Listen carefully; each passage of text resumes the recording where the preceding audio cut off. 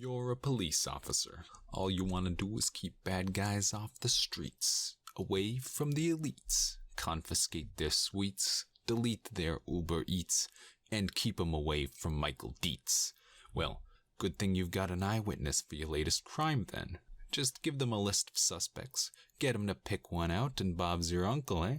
Sounds good in theory, until you look at the theory and realize all you've done is ruin a perfectly good eyewitness. Oh, man.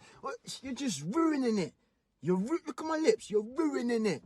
Ruining the... Instead of fumbling the investigation and letting a murderer go free, here's some things to keep in mind that'll turn you into a superstar detective in no time. 1. Eyewitnesses are important, sure, but they aren't the be-all, end-all of investigations. Memory can be fuzzy, especially when the perp has a weapon, as seen in a study titled Weapon Focus, Arousal, and Eyewitness Memory, Attention Must Be Paid.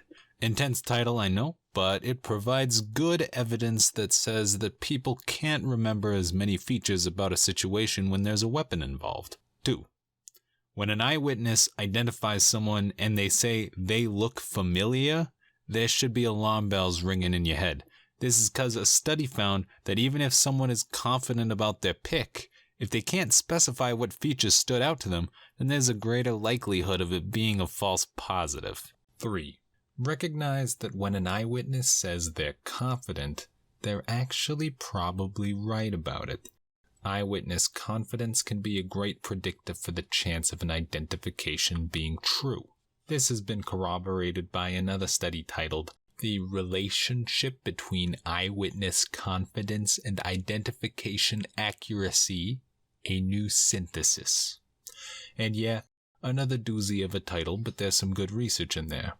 They found a very strong link between confidence and accuracy, and also said that the legal system has been horrendous in terms of identifying the importance of this.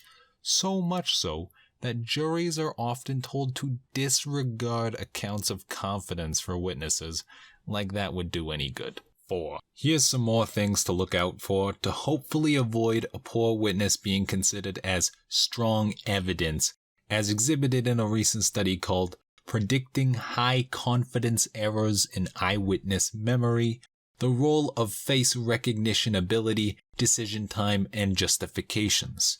And in case that title didn't give you any clues, the article mentions that if someone is A, bad at recognizing faces, they probably won't be great at being an eyewitness, or if someone is B, slow at deciding whether they recognize them or not, then that's also not a great sign. If you have to think about it, you're probably just talking yourself into picking them instead of letting it be a natural reaction. And finally, C is for something that I want to emphasize again, even though I said it before. Someone being familiar to you is not a good reason to pick them as the perp. Really, you want them to be able to identify those features that they remember and match it with the suspect, like maybe their cute eyes that are filled with wonder, or lips that look like they hide secrets. All of those are good. 5. Finally, we have to look at a different study that focuses on different lineups.